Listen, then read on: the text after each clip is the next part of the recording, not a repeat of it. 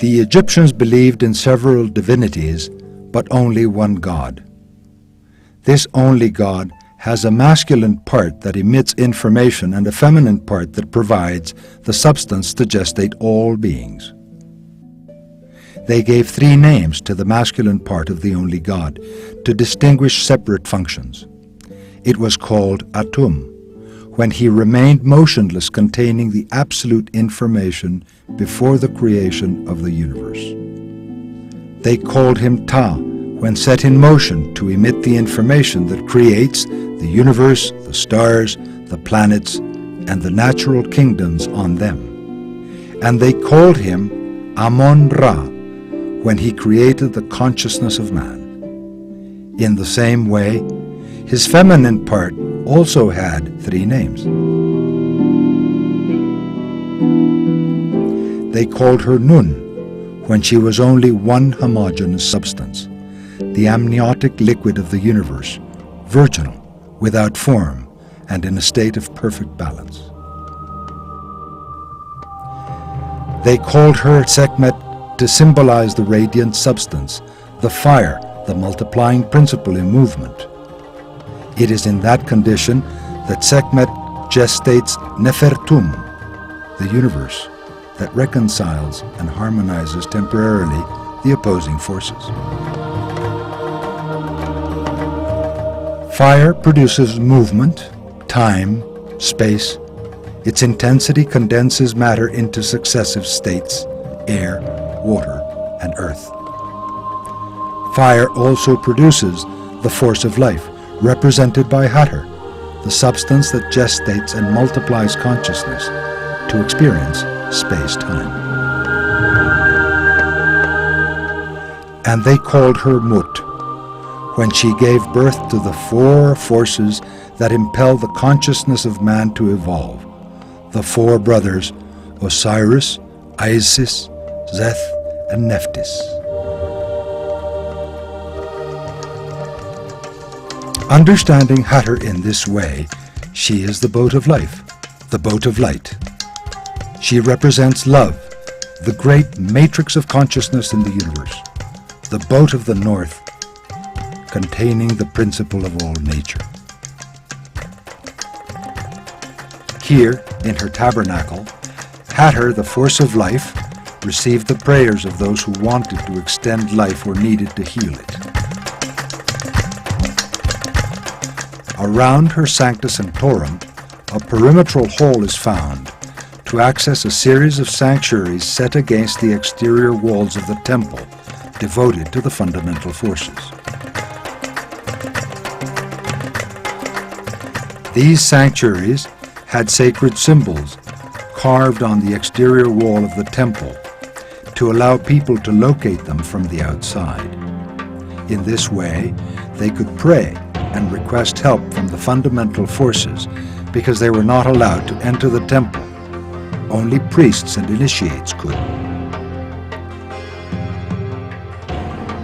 To the right of the sanctuary devoted to Hathor's ear, there are 2 communicated sanctuaries devoted to the adoration of the only God, the creator of man's consciousness, the one who is everywhere, Amon-Ra, with his carved symbols also on the exterior wall.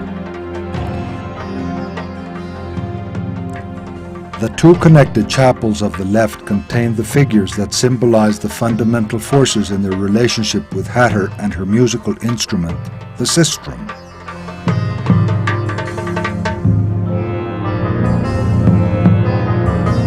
The 4 sanctuaries to the right were devoted to Horus, Sokar, Isis, and to the nome of DENDERAH, the saint of the Egyptian zone where the temple is.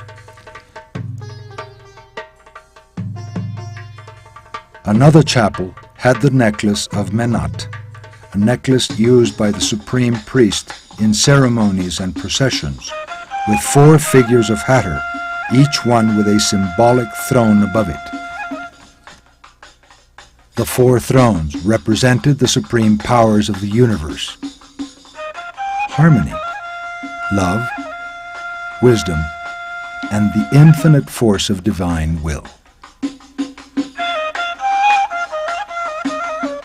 Under the floor of the temple were found a series of crypts. There, the priests stored the most sacred elements, the written skins and the most secret papyrus concerning the revelation of the temple. This crypt has some mysterious carvings of Horus handling a special flower with a serpent in its interior. Scientific theories consider these flowers to be lamps that could be used to illuminate interior chambers and constructions below ground.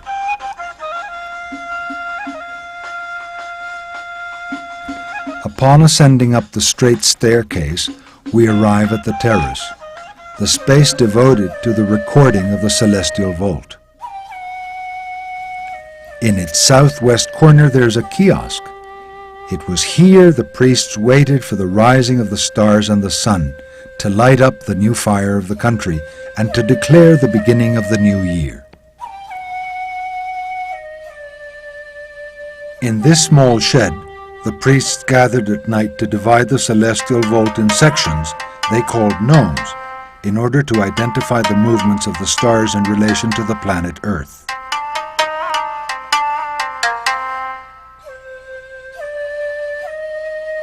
The priests of DENDERAH were called the Kabidim, the measurers of the sky. They made the first celestial chart, the one which recorded the relative positions of the Mazzaroths, the fires of the sky. Astronomy began here in DENDERAH. Astro means star. Astronomy means knowledge of the stars.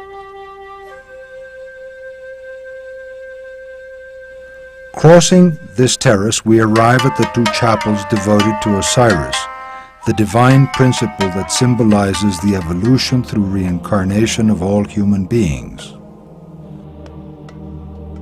In them, the myth is described when his brother Seth stole his kingdom and his woman Isis, cut Osiris into 14 pieces, and dispersed the parts of his body all over Egypt.